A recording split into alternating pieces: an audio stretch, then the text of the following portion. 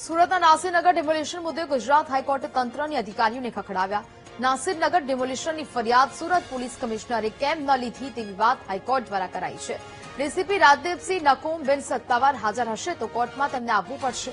હાઈકોર્ટે રાજ્ય સરકાર, મહાનગરપાલિકા અને ટોરેન્ટ પાવરને પણ સવાલ પૂછ્યા છે. જો ડેમોલિશન એસએમસીએ નથી કર્યું તો અધિકારીઓ ત્યાં શું કરી રહ્યા હતા? પોલીસ કમિશનર જવાબ આપે કે ડેમોલિશન કોણે કર્યું, કોના આદેશથી ટોરેન્ટ પાવરે નાસીરનગરમાં વીજ કનેક્શન કાપ્યા. 26 અરજદારોએ ડેમોલિશન અંગે હાઈકોર્ટમાં અરજી દાખલ કરી હતી. ગુજરાત હાઈકોર્ટે આ મામલે સોમવાર સુધી સુનાવણી મુલતવી રાખી છે. તો પોલીસ અધિકારીઓને હવે હાઈકોર્ટ દ્વારા પણ ઉધડો લઈ લેવામાં આવ્યો છે. હાઈકોર્ટ દ્વારા અનેક સવાલો છે તે પૂછવામાં આવ્યા. કોના આદેશથી ટોરેન્ટ પાવરે નાસીરનગરમાં વીજ કનેક્શન કટ કર્યા? 26 અરજદારોએ ડેમોલિશન અંગે હાઈકોર્ટમાં અરજી દાખલ કરી હતી. તેને લઈને આ સુનાવણી હાથ ધરાઈ હતી. ગુજરાત હાઈકોર્ટે આ મામલે સોમવાર સુધી સુનાવણી છે તે મુલતવી રાખી છે અને જવાબ આપવા માટે રજૂઆત કરવામાં આવી છે.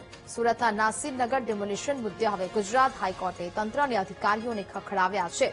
પોલીસ અધિકારીઓને પણ ઉધડો લઈ લીધો અને તેમને અનેક પ્રશ્નો છે તે કરવામાં આવ્યા છે. ડીસીપી રાજદીપસિંહ નકુમ બિન સત્તાવાર હાજર હશે તો કોર્ટમાં તેમને હાજર રહેવું પડશે તેવી પણ વાત કરાઈ છે.